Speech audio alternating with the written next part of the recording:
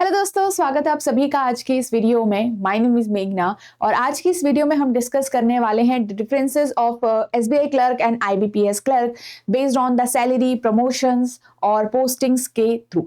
ठीक है, यहाँ पे आज की इस वीडियो में आप थोड़ा सा एक आइडिया लगा सकते हो कि इन फ्यूचर आपको कौन सा एग्जाम टारगेट करना चाहिए, कौन सा एग्जाम आपके लिए बेटर रहेगा या कौन सा पाथ आपके लिए इन फ्यूचर बेटर रहेगा। इन सारी ही चीजों को एक आप आइडिया लगा सकते हो इस वीडियो के थ्रू, बिकॉज यहाँ पे हम काफी चीजें डिस्कस करेंगे जो एक पर्टिकुलर एग्जाम को चूज करने के लिए काफी इंपॉर्टेंट होते हैं। वैसे तो ये भाई भाई ही आपस में दोनों ही एग्जाम, क्योंकि यहाँ पे लेवल ऑफ क्वेश्चन, सब्जेक्ट्स आपके सेम ही आते हैं, सिलेबस सारा सेम ही रहता है। ठीक है, बस थोड़ा सा एग्जाम पैटर्न में आपका डिफरेंस होता है, बाकी सब कुछ सेम होता है। बट आफ्टर ज्वाइनिंग हमारा यहाँ पे क्या डिफरेंसेस रहते हैं उसे हम आज की इस वीडियो में डिस्कस करने वाले हैं। वन बाय वन किन टॉपिक से बात करेंगे, what are the roles and responsibilities जो आपको मिलती है after joining as a clerk, और यहाँ पे क्या पोस्ट आपकी रहती है बेसिकली उस पर बात करेंगे।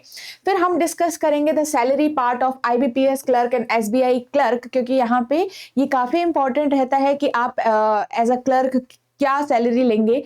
अब यहाँ पे डिफरेंट सिनेरियोज रह सकते हैं। ठीक है, एसबीआई तो आपका एक ही बैंक है, बट आईबीपीएस के अंदर मल्टीपल बैंक्स भी आते हैं, तो उस हिसाब से भी सैलरी आपकी डिफर करती है यहाँ पे। ठीक है, ये चीज ध्यान रखिएगा। Next, what are the hierarchy, आपके जो प्रमोशंस होते हैं वो कैसे होते हैं। अगर आप एज एसबीआई क्लर्क ज्वाइन करेंगे या आईबीपीएस क्लर्क ज्वाइन करेंगे तो आपके प्रमोशंस का क्या यहाँ पे क्राइटेरिया रहता है, कैसे हो सकता है, कैसे आप आगे बढ़ते हैं, इन चीजों पे हम बात करने वाले हैं। नेक्स्ट, क्या पोस्टिंग्स होती हैं, क्या लोकेशंस आपकी रहती हैं, आपके घर के पास, दूर, इन चीजों पे हम बात करेंगे। ये आपको एक कंप्लीट आइडिया देगा कि आपको कौन से एग्जाम के लिए टारगेट करना है, या फिर दोनों के लिए टारगेट कर रहे हो तो आगे आपके एग्जाम कंप्लीट होने के बाद आपके लिए क्या फ्यूचर रहता है। ठीक है, चलिए तो हम वीडियो को स्टार्ट करेंगे वेरी वेरी इंपॉर्टेंट इंफॉर्मेशन के साथ। गाइज, यहाँ पे अगर आप एक कंप्लीट बिगिनर हो और आपको नहीं पता कि एग्जाम में कैसे क्वेश्चंस आते हैं, आपको बेहतर समझना होगा ये किसी भी प्रीवियस ईयर क्वेश्चंस को उठा के। ठीक है, ये ई बुक आपको हेल्प करेगा इन प्रीवियस ईयर क्वेश्चंस के लिए। इसके अंदर आपको आंसर कीज भी मिलेंगी, कंप्लीट प्रीवियस ईयर पेपर्स आपको मिलेंगे of SBI, IBPS and RRB, PO and clerk, P के भी, मेंस के भी। ठीक है, तो आप चेक भी कर सकते हो, एनालाइज कर सकते हो कैसे क्वेश्चंस आपको पूछे जा रहे हैं, क्या लेवल रहता है, ताकि आप सही डायरेक्शन में तैयारी करो। ठीक है, इसी वीडियो के डिस्क्रिप्शन में आपको इसका लिंक मिल जाएगा, ये कंप्लीटली फ्री है, तो आप इसको इजीली डाउनलोड कर सकते हो। ठीक है, चलिए यहाँ पे स्टार्टिंग हम करते हैं। ये कुछ रोल्स आपके दिए गए हैं। अब यहाँ पे जब आप एज अ क्लर्क ज्वाइन करोगे किसी भी बैंक में, तो आपको ऐसा नहीं है कि डायरेक्ट बिठा दिया जाएगा कि ये वाली रिस्पॉन्सिबिलिटी अब आपकी है, आप इसको उठाओ। आपको काम सिखाया जाता है, प्रॉपर ट्रेनिंग आपकी होती है। ठीक है, कुछ कहीं पे भी होती है, मतलब ब्रांच में भी आपकी जो आप काम कर रहे होते हैं वो भी आपका एक ट्रेनिंग पीरियड ही होता है। अलग से आपको एक मतलब जैसे जो अलग से कहीं जगह पे लेके जाके भी आपकी ट्रेनिंग होती है कुछ दिनों की एज अ क्लर्क की उसमें। ठीक है, तो ये आपका प्रॉपर ट्रेनिंग मिलती है, इसमें घबराने की बात नहीं कि मुझे तो कुछ नहीं आता बैंक का काम, मैं कैसे यहाँ पे करूंगी, क्या मुझे वो बाद में निकाल देंगे, ऐसा कुछ नहीं होता है। ठीक है, आपको प्रॉपर ट्रेनिंग के बाद आपको काम सिखाया जाता है और उसके बाद आप यहाँ पे चीजें हैंडल करते हो। तो cash handling, account opening, passbook updation, document verification, ठीक है, ATM issues, cheque issue, customer जो आपके क्वेरीज होती हैं उन्हें हैंडल करना, उनको समझना, उनकी बातों को वहां पे समझकर उनको सॉल्यूशन देना। ठीक है, कुछ हेल्प करना।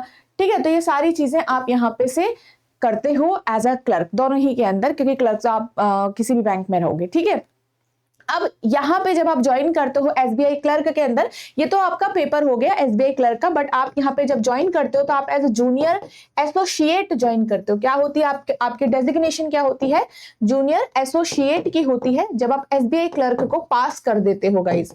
ठीक है, नेक्स्ट यहाँ पे तो इसको हम मोटा मोटा क्लर्क ही बोल देते हैं। अब यहाँ पे जब आईबीपीएस क्लर्क वाला होता है उसमें आपकी क्या पोस्टिंग होती है, मतलब जिस पोस्ट पे आप जाओगे उसमें आपकी क्या पोस्टिंग होती है। सीए से आपने लिखा हुआ देखा होगा। ठीक है, इसका मतलब होता है कस्टमर सर्विस। ठीक है, यहाँ पे हो गया कस्टमर सर्विस एसोसिएट, तो ये आपका आईबीपीएस क्लर्क के लिए हो गया। तो कस्टमर सर्विस आपका यहाँ पे पूरा ये आपका हो गया। ठीक है, तो इसमें ये वाली पोस्ट आपको मिलती है, इसमें आपकी ये वाली पोस्ट आपको मिलती है। चाहे आप यहाँ पे कैनरा बैंक जाओ, आपके पीएनबी जाओ, किसी दूसरे बैंक में जाओ, तो आपको ये वाली पोस्ट मिल रही है। ओके, अब यहाँ पे से नेक्स्ट हम आगे बढ़ते हैं सैलरी वाले पार्ट पे। सैलरी वाला पार्ट हम यहाँ पे डिस्कस करेंगे। सबसे पहले बेसिक्स तो आपका सेम ही है दोनों ही बैंक्स के अंदर।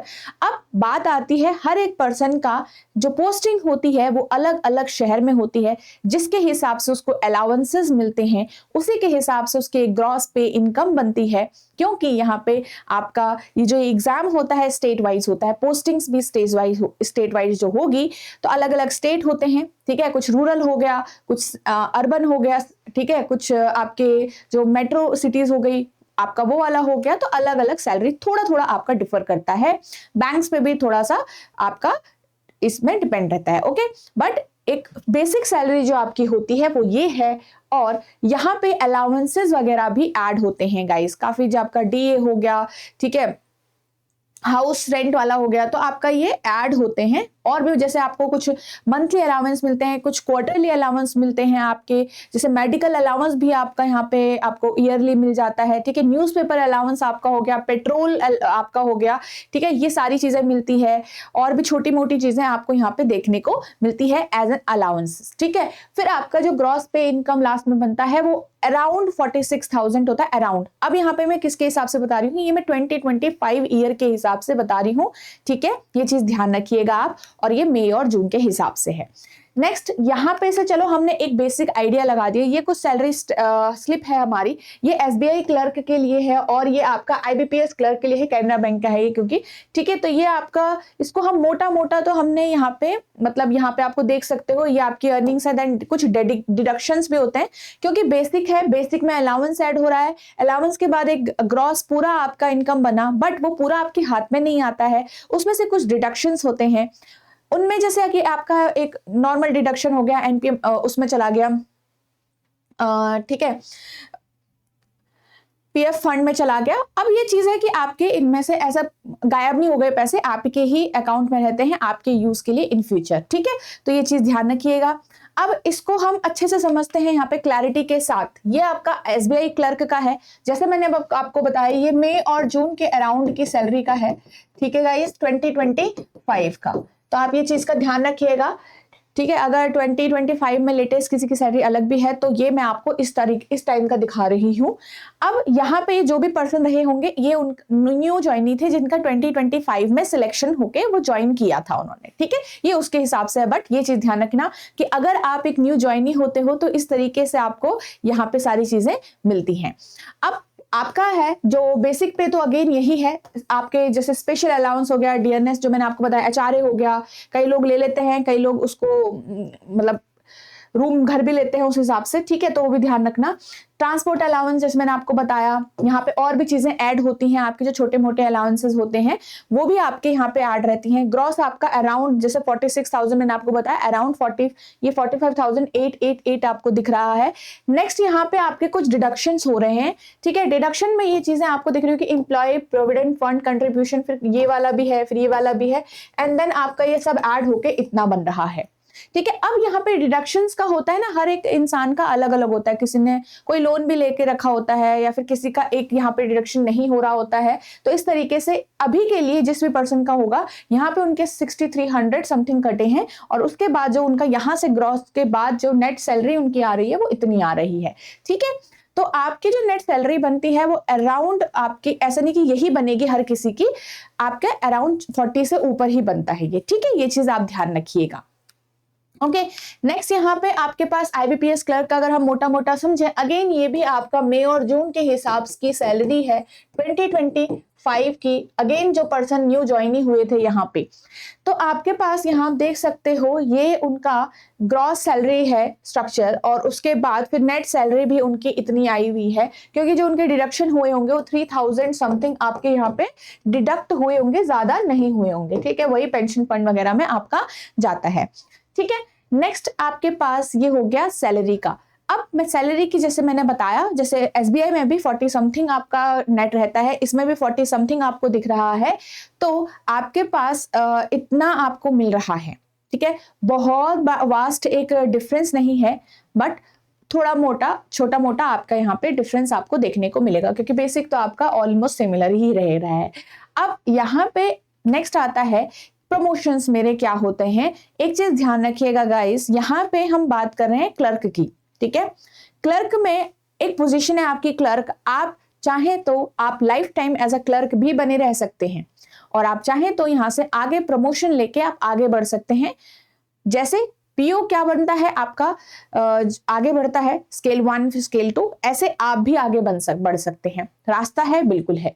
प्रमोशंस में आपके यहाँ पे क्या होता है कि पहला तो है आप यहाँ पे जूनियर एसोसिएट, अभी मैं एसबीआई के हिसाब से यहाँ पे आपको बता रही हूँ, पर यह आपका आईबीपीएस के लिए भी आपको समझ जाना है, क्योंकि बैंक्स के हिसाब से सेम ही चीजें चल रही होगी, क्लर्क का आगे बढ़ने का प्रोसेस सेम ही रहेगा, ठीक है। अब यहाँ पे आप जूनियर एसोसिएट ज्वाइन किए, ठीक है, उसके बाद आप एसोसिएट बन गए, सीनियर एसोसिएट बन गए, मतलब आप यहाँ पे क्लर्क ही हो। अब आपके पास है कि चांस आप क्या क्लर्क ही बने रहना चाहते हो, क्या ऐसा पॉसिबल होता है, क्या करते हैं लोग ऐसा? बिल्कुल करते हैं। देयर आर डिफरेंट थिंग्स, सिर्फ सैलरी ही जरूरी नहीं होती है हर किसी के लिए, कई लोग प्रेफर करते हैं कि वो क्लर्क ही बने रहें। आगे चल के बात करेंगे कि ऐसा क्यों होता है, ठीक है। अब यहाँ पे आपका मन है कि आप क्लर्क बने रहना चाहते हो तो आप वो भी कर सकते हो, आपका मन है आप आगे जाके प्रमोशंस लेना चाहते हो। अब प्रमोशंस में आगे क्या होता है, टेस्ट होते हैं, ठीक है। आपका जैसे आपने क्लर्क ज्वाइन किया है, अब क्लर्क के बाद आपको चांसेस मिलते हैं यहाँ पर आगे बढ़ने के।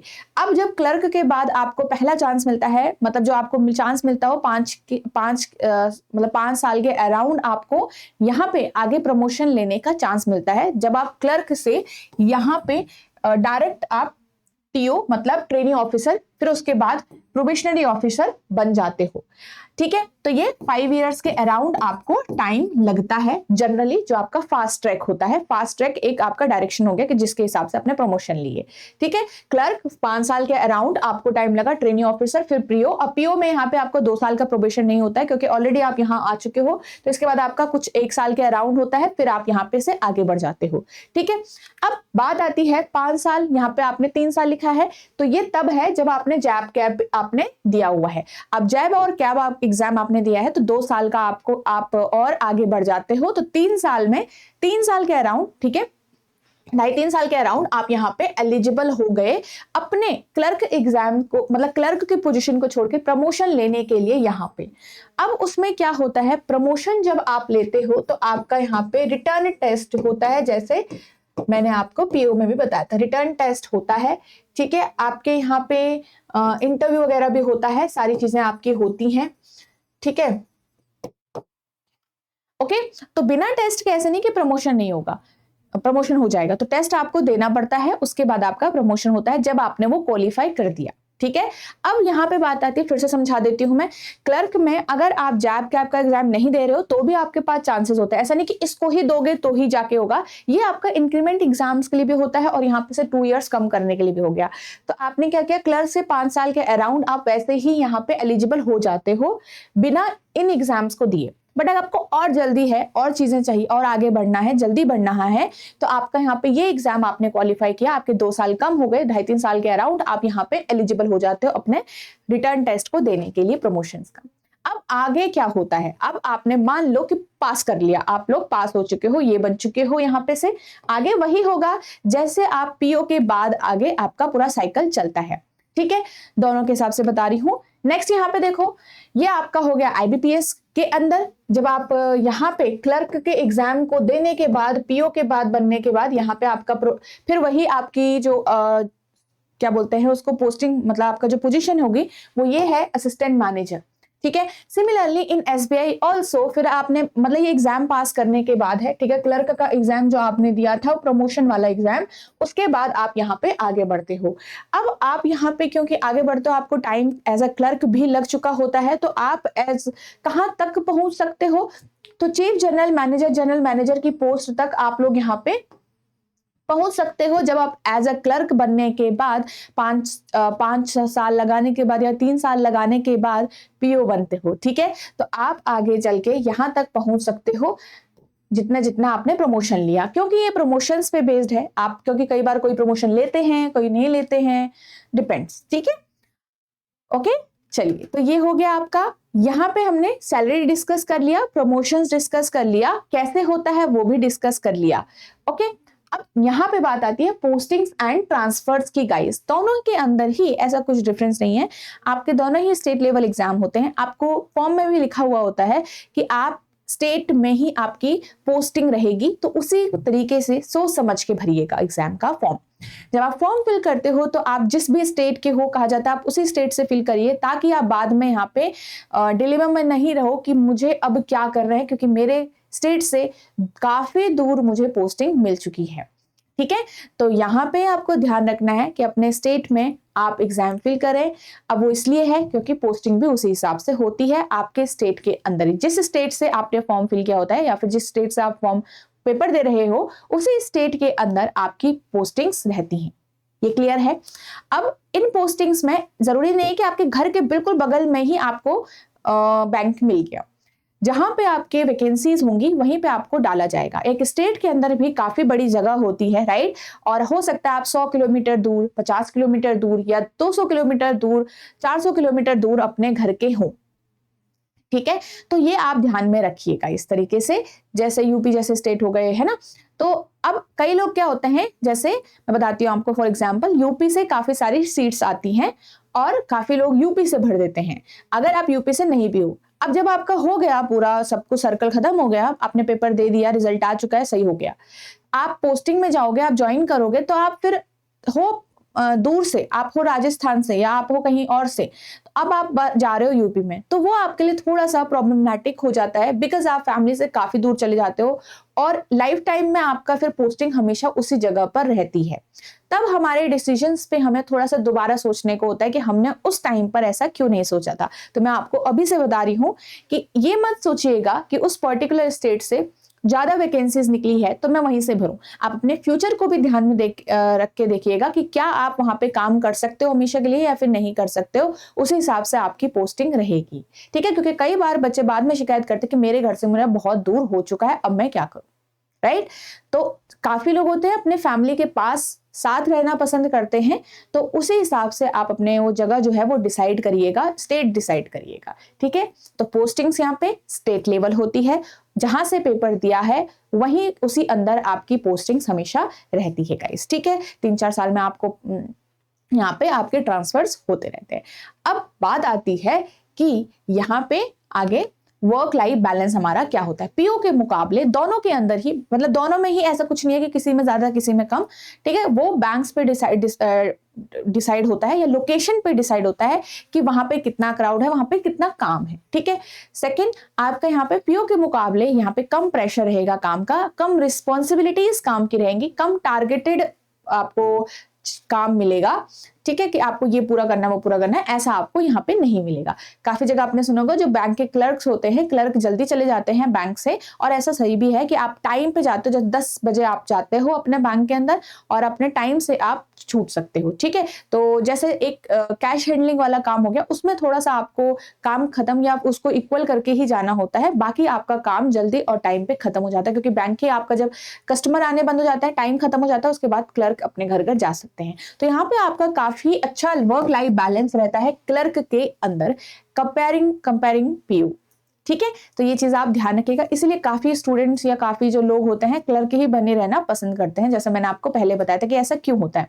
सेकंड, उसका रीजन ये होता है कि अपने घर के पास ही अपने स्टेट में ही पोस्टिंग ले लेते हो। जैसे कि पीयू में हमारा नेशनल लेवल पोस्टिंग रहती है, जबकि आपकी क्लर्क्स में स्टेट लेवल पोस्टिंग रहती है। तो आप अपने घर से थोड़ा दूर भी हो पर घर के पास पास हो, तो ये हमारे लिए काफी इंपॉर्टेंट रहता है। ठीक है, तो इसीलिए जब आप किसी जॉब को टारगेट कर रहे हो, किसी पेपर को टारगेट कर रहे हो, तो इन सारी चीजों को भी ध्यान में आप रख के यहाँ पे उसको इन फ्यूचर टारगेट कर सकते हो गाइस। ठीक है, कि आपका सैलरी क्या होता है, आपका फ्यूचर में आपके जो प्रमोशंस होते हैं वो किस तरीके से रहते हैं, आप कैसे ले सकते हो, कितना समय आपको लगेगा आगे बढ़ने के लिए, इतनी सैलरी से उतनी सैलरी तक पहुंचने के लिए, ये आप देख चुके हो यहाँ पे। ठीक है, क्या वर्क लाइफ बैलेंस रहता है, this is also very important. यहाँ पे प्रमोशंस होते हैं, this is also very important. ठीक है, तो इस हिसाब से आप यहाँ पे एक आइडिया लगा सकते हो कि आपको किस तरफ जाना है। बाकी यहाँ पे सजेशन यही होगा कि आप अभी से किसी एक को मत चूज करिए, आप तैयारी जब कर रहे हो, क्योंकि एक तैयारी से आपके डिफरेंट एग्जाम्स टारगेट कर सकते हो आप, तो आपको सिर्फ पेपर के अंदर ही तो बैठना है अलग अलग, है ना, बाकी तो सब आप सेम ही पढ़ रहे हो। तो जब आप पेपर दे रहे हो, दोनों पेपरों को दीजिए, अच्छे से कवर करिए, और जब आप, हो सकता है किसी एक में आपका क्वालिफाई हो तो आपके चांसेस ठीक रहेंगे, ठीक है, और या फिर आपके दोनों में हो जाए तो उस हिसाब से आप तब यहाँ पे डिसाइड कर सकते हो on basis of all these things. So all the best everyone for your examination, ठीक है। यहाँ पे आप अगर एक न्यू कंप्लीटली बिगिनर हो और आप चाह रहे हो कि ऐसे प्लेटफॉर्म से आप तैयारी करो जहाँ पे आपको सारा जो भी प्रैक्टिस है वो करने को मिल जाए, वीडियोस आपको देखने को मिल जाए, प्रीलिम्स से लेकर आप मेंस तक की तैयारी अच्छे से करो, या फिर अगर आप पीओ के एग्जाम दे रहे हो तो इंटरव्यू तक को आपको सारा ही यहाँ पे हेल्प मिले, तो ये सारी ही चीजें आपकी इस बैंकिंग महापैक के अंदर है, और ये काफी हेल्प करेगा आपकी एग्जाम की बिल्कुल बेसिक लेवल से आपका मेंस लेवल तक की तैयारी करने के लिए, ठीक है। इसके अंदर आपके रिकॉर्डेड क्लासेस हैं, आपके चैप्टर वाइज टेस्ट हैं, फुल लेंथ मॉक टेस्ट हैं, आपके मिनी मॉक टेस्ट हैं, सारी चीजें आपके इसके अंदर अवेलेबल हैं, ठीक है। और यहाँ पे आप वैलिडिटी भी अपने हिसाब से चूज कर सकते हो। इसी वीडियो के डिस्क्रिप्शन में आपको इसका लिंक मिल जाएगा, आप यहाँ पे edutab.in वेबसाइट भी विजिट कर सकते हो। वेबसाइट अगर हम विजिट करते हैं यहाँ पे गाइस, तो कैसे हमें विजिबल रहता है ये मैं आपको दिखा देती हूँ, ठीक है। इस तरीके से आपके edutab.in वेबसाइट ओपन होती है, कोर्सेज पे आपको जाना है, बैंकिंग कोर्सेज चूज करना है। बैंकिंग कोर्सेज आप चूज करोगे तो इस तरीके से आपका ये कोर्स ओपन होता है, यहाँ पे आप देख सकते हो, ठीक है। साथ ही अगर कोई ऐसा पर्सन है जो आरबीआई के लिए भी तैयारी कर रहा होगा तो ये आपका कॉम्बो कोर्स है, जहां पे आपको ये अलग से नहीं लेना पड़ता है, दोनों ही आपका एक ही कोर्स के अंदर आ जाता है, ठीक है। और यहाँ पे आपके फेज 1 फेज 2 कवर्ड हो रखा है। इसके बारे में डिटेल आपको जाननी हो तो यहाँ पे आप नो मोर पे जा सकते हैं, इसमें भी आप नो मोर पे जा सकते हैं। तो आपके यहाँ पे डेमो लेक्चर्स भी गिवन हो रखे हैं, तो डेमो लेक्चर्स के थ्रू आप जान पाएंगे कि कोर्स आपके लिए कितना हेल्पफुल रहेगा या फिर नहीं, ठीक है। सो ये आपके लिए हेल्प करेगा आपको सब कुछ डिसाइड करने के लिए। Thank you so much guys, and I hope this video has help you कि आपको क्या क्या चीजें यहाँ पे कवर देखनी पड़ती है आगे इन फ्यूचर।